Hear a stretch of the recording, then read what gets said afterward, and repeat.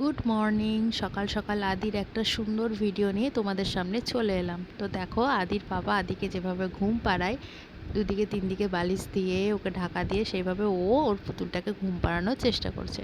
আর এখানে তারপর আদিকে খাইয়ে দিয়েছি, ওকে ফ্রেশ করিয়ে দিয়েছি, তারপর ওকে নিয়ে এখানে একটু বসে খেলছিলাম। তো ওকে বলছি জলটা খাও, তো ও পুতুলটাকেই জল খাওয়াতে ব্যস্ত, পুতুলটাকেই ও জল খাইয়েই যাচ্ছে।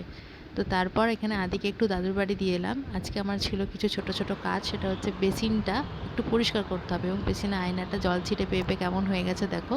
আর বেসিনটা যেহেতু আমাদের সাদা, 2-3 দিন অন্তর অন্তর আমাকে পরিষ্কার করতে হয়। তো আমি স্নান করার আগে বেশিরভাগ করি, মাঝে মাঝে ব্রাশ করতে করতে পরিষ্কার করে দিই।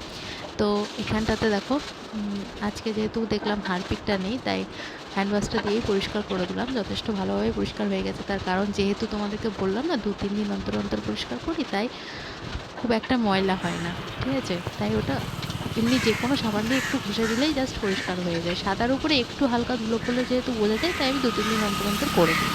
তো এখানে বেসিনের পাশে আমার ডাস্টবিনটা থাকে, ওটাকে প্রথমেই সরিয়ে দিয়েছি। তারপর ওখানটা ভালো করে পরিষ্কার করে নিয়েছি। যেহেতু দেখবে তোমরাও বাড়িতে বেসিন যখন পরিষ্কার করো সাইডে প্রচুর জল পড়ে, তাই সব সাইডের জিনিসগুলোকে আগে সরিয়ে নিয়েছি, তারপর ওখানটা পরিষ্কার করে নিলাম। এবার আয়নাটাকে খুব ভালোভাবে কলিন দিয়ে পরিষ্কার করে নেবো। তারপর নিচেরটাও ভালো করে মুছে নিয়ে, ডাস্টবিনটাকেও ভালো করে মুছে পরিষ্কার করে নিয়ে, তারপর ওই যেখানে যেটা রেখে দিই সেখানে রেখে নিয়ে তারপর আমি এক বালতি কাপড় নিয়ে স্নান করতে ঢুকে যাব। আর ডাস্টবিনের যে ময়লাটা, সেটা ময়লার গাড়ি এলে সকালবেলায় ফেলে দিই যেদিন, সেদিনকে আমি ডাস্টবিনটা ভালো করে ধুয়েও নিই, একদম সাবান দিয়ে ভালো করে বেঁচে নিই। তো এই হচ্ছে ফাইনাল লুক পরিষ্কারের পর। দেখো কত সুন্দর ঝকঝকে তকতকে হয়ে গেছে, খুব সুন্দর।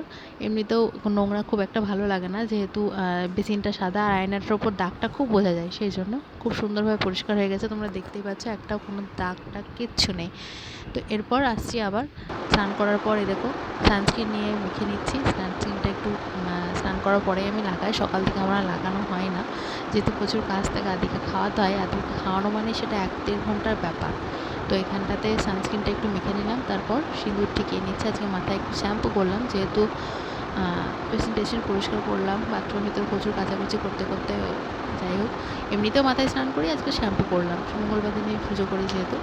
তো মাথায় শ্যাম্পু করে ভালো করে পরিষ্কার হয়ে তারপর এখানটাতে সানস্ক্রিনটা লাগিয়ে সিঁদুরটা ঠেকিয়ে যাব উপরে। প্রথমে পুজো করব, তারপর জামা কাপড়গুলোকে মেলে দিয়ে, যে জামা কাপড়গুলোকে শুকিয়েছে সেগুলো নিয়ে নিচে নেমে যাব। এখানে দেখতে থাকো আমার সাথে। আমার ঘরের সব থেকে সুন্দর জায়গা, খোলা একটা বারান্দা, বেশ ভালোই লাগে, এখানে এলে মনটা খুব ভালো হয়ে যায়। তো আমার দুটো তুলসী গাছ আছে, একটা ওই যেটাতে এখন জল দিচ্ছি, এবং আর একটা হচ্ছে এখানে বাঁ দিকে যেটা সামনে তোমরা দেখতে পাচ্ছ এটা। তো দুটোতেই আমি প্রত্যেক দিনই জল দিই, আমি এবং আমাদের বাড়ির সবাই জল দেয়। তো তারপরে এখানে চলে এসেছি পুজো করতে। এখানে আমার এটা ঠাকুরের সিংহাসন।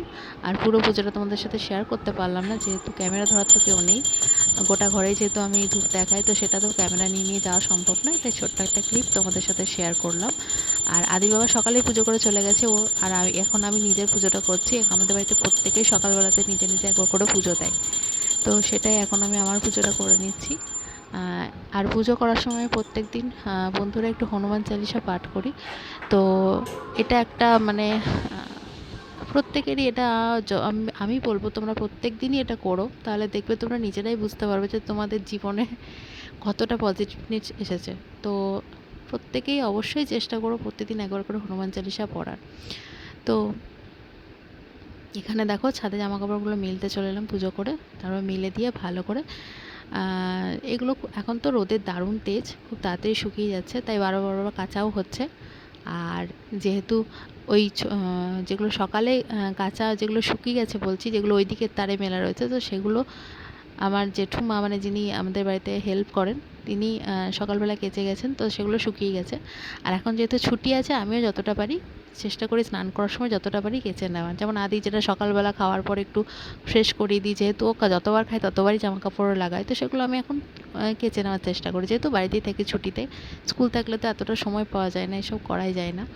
তো সেক্ষেত্রে এখন ছুটি আছে বলে এগুলো করে নিচ্ছি। তো তারপর শুকনো জামা কাপড়গুলো নিয়ে চলে এসেছি এখানে গুছাতে, এবং গুছিয়ে নিয়ে যেটা যেখানে রাখার সেটা সেখানে রেখে দিয়ে আমি খেয়ে দিয়ে আদিকে নিয়ে চলে আসবো। তো এখানে দেখো জামা কাপড়গুলো গুছিয়ে নিচ্ছি, আর একটু গল্প করতে করতে জামা কাপড়গুলো গুছিয়ে নিচ্ছি। খুব হাসি পাচ্ছে, মানে হাসির গল্প হচ্ছিল হয়তো, যখন ভয়েস ওভার দিচ্ছি তখন আর মনে নেই।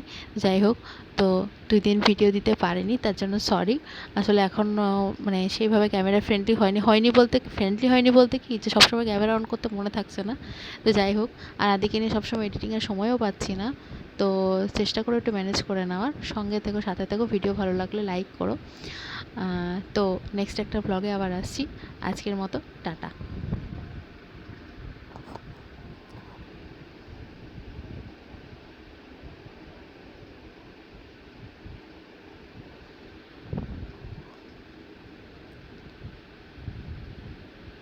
আর হ্যাঁ, সাবস্ক্রাইব করতে কিন্তু ভুলো না।